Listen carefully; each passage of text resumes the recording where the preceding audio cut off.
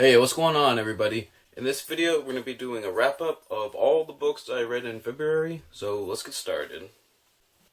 Alright, to start things off, let's go over the 3 books on the ancient Greek Olympics that I read. And the first one is Greek Athletics and the Genesis of Sport by David Sansone.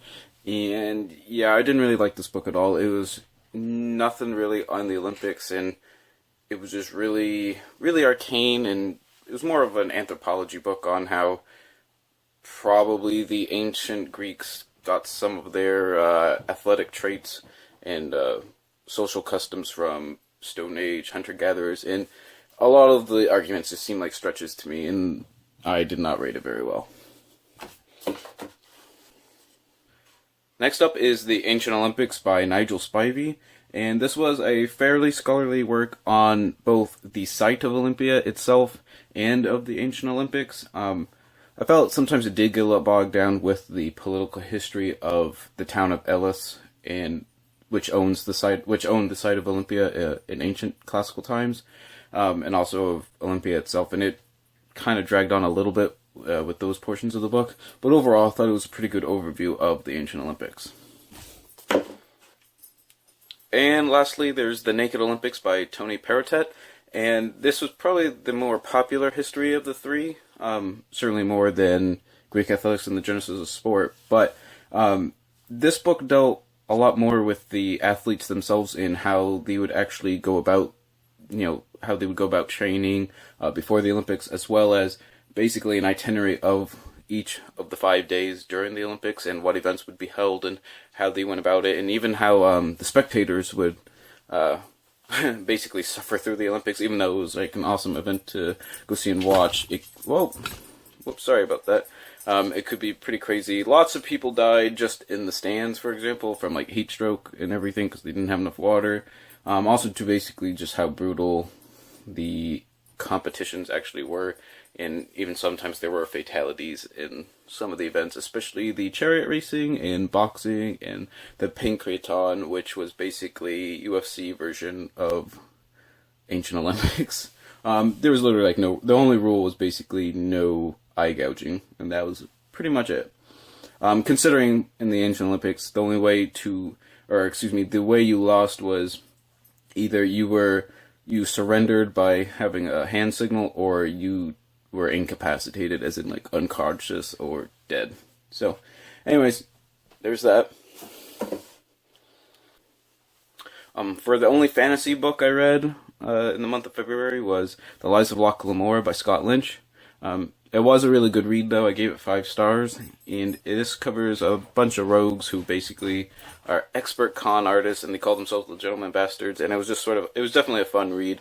Definitely not something I've read much of. Generally, I don't really care for rogues and thieves and that sort of thing, but this book definitely was a pleasant surprise, especially the dynamic between the members of the Gentleman Bastards. For my book-ish type thing, since it's only 64 pages, I read Osprey Publishing's Viking Seer, which is the 3rd book in the Warrior series. I did not rate it very well, only because it doesn't exactly deal with hairseers in general. It's more just a book describing the arms and armor and tactics and strategy and daily life of a Viking warrior, not necessarily a herseer. The herseer was, especially like in the Norwegian area of ancient or medieval Scandinavia during Viking times, was sort of the like local chieftain of a small-ish band of warriors, and I wanted to learn more about that particular role in Viking society.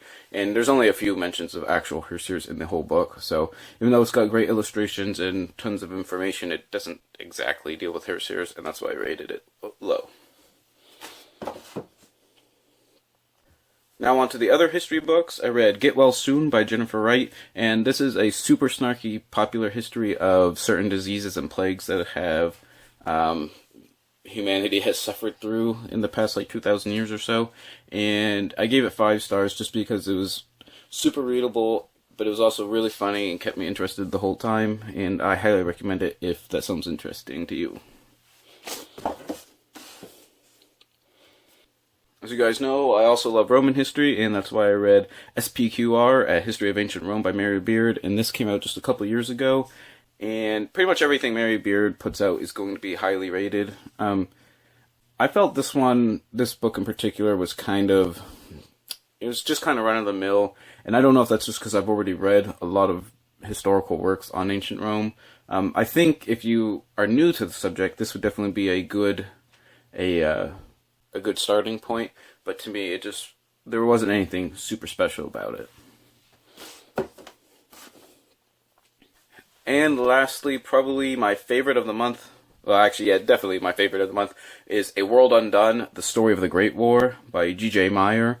And this is a history that covers pretty much the entire scope of World War I. He covers multiple fronts, battles and tactics, as well as the home front and profiles of the leaders and other important people during the Great War. And he does a fairly good job, actually, in a one-volume work, covering both the Western Front a lot and quite a bit of the Eastern Front, as well as some of the fronts in such as the Middle East and that sort of thing. Obviously, he can't no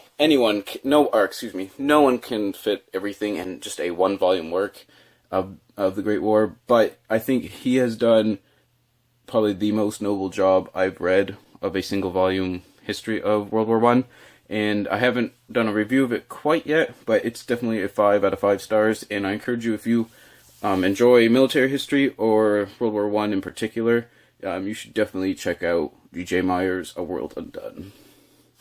And so there we are, the 8-ish books I read in the month of February. I didn't read as much fantasy as I like. It's still kind of a newish genre to me, so I think I still tend to go towards history books when I don't know exactly what I feel like reading next. But definitely quite a few good reads. Get Well Soon was excellent, and The World Undone was tremendous. Liza Locke Lamora was also a really good fantasy book for me. And until next time, remember, read victoriously.